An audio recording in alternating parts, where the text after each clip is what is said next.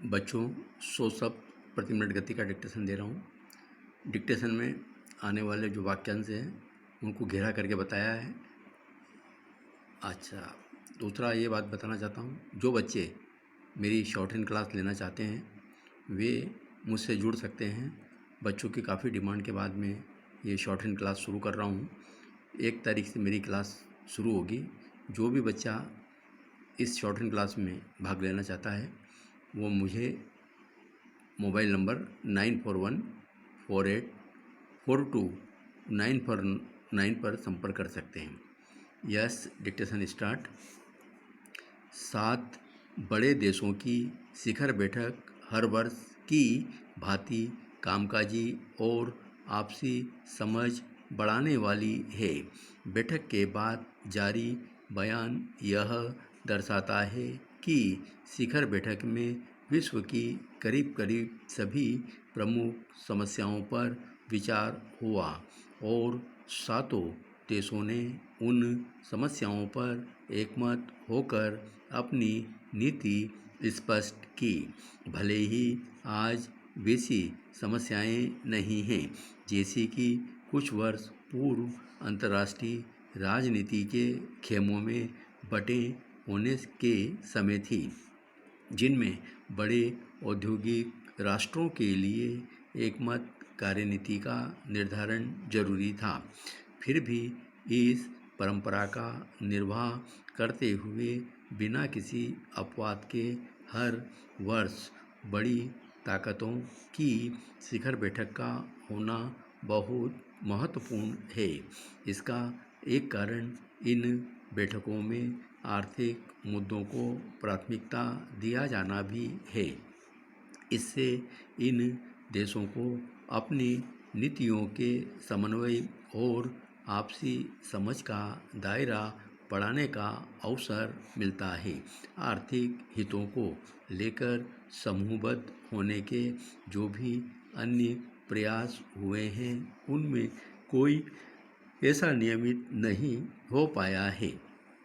बड़े औद्योगिक राष्ट्रों की शिखर बैठक में आर्थिक मुद्दों को प्रमुखता दिए जाने के बावजूद कोई उल्लेखनीय सहमति सामने नहीं आ पाई। राजनीतिक मुद्दों पर जहां सहमति का कोई अभाव देखने को नहीं मिला, आर्थिक मुद्दों पर मतों के टकराव को अति सरलीकृत घोषणाओं के जरिए ढांपा गया। शिखर बैठक में शामिल देशों में से कई मंदी से उबरने का प्रयास कर रहे हैं।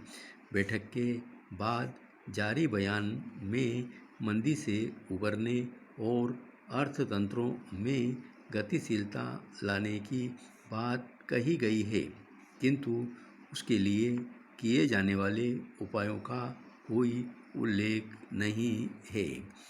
अपने हितों की रक्षा करने और अपने संकट को सुलझाने के लिए वजन दूसरों पर डालने की कोशिश की गई। इस कोशिश का प्रमाण डॉलर की विनिमय दर के संकट को सुलझाने में उदासीनता के रूप में देखने को मिला। डॉलर की विनिमय दर में जबरदस्त कमी से अनेक देशों के समक्ष संकट पैदा हो रहा है। फिर भी इस समस्या को सुलझाने पर कोई सहमति नहीं बन पाई। अमेरिका ने तो ऐसी कोई समस्या होने से ही इनकार कर दिया। विनिमय दर की समस्या के बार बार कई रूपों में सामने आने से यह धारणा बलवती हुई है कि जिस प्रकार व्यापार की शर्तों के नियमन के लिए गेट व्यवस्था है, वैसे ही कोई बहुपक्षीय व्यवस्था मौद्रिक सवालों पर विचार करने के लिए हो। लेकिन जब समस्या के अस्तित्व को ही नकारा गया तो समाधान का जिक्र क्यों और कैसे? अलबत्ता अंतर्राष्ट्रीय मुद्रा कोष का आकार बढ़ाने का निर्णय किया गया, किंतु उसके प्रबंधक ढांचे को देखते हुए यह कहना कठिन है कि विकासशील देशों की ओर संसाधनों के प्रभाव को बढ़ाने का घोषित लक्ष्य किस हद तक पूरा हो पाएगा। मंदी के दौर से उबरने के एकपक्षी उपायों के कारण अमेरिका का सबसे ज़्यादा लाभ में रहना लाजमी है। अमेरिका ने विनिमय दर का सहारा लिया है और जर्मनी में ऊंची ब्याज दरों का इस स्थिति से सर्वाधिक दुखी जापान अपनी राजनीतिक अस्थिरता और शिखर बैठक में आए प्रधानमंत्री की अस्वस्थता के चलते असरदार ढंग से अपना पक्ष नहीं रख पाया। धन्यवाद।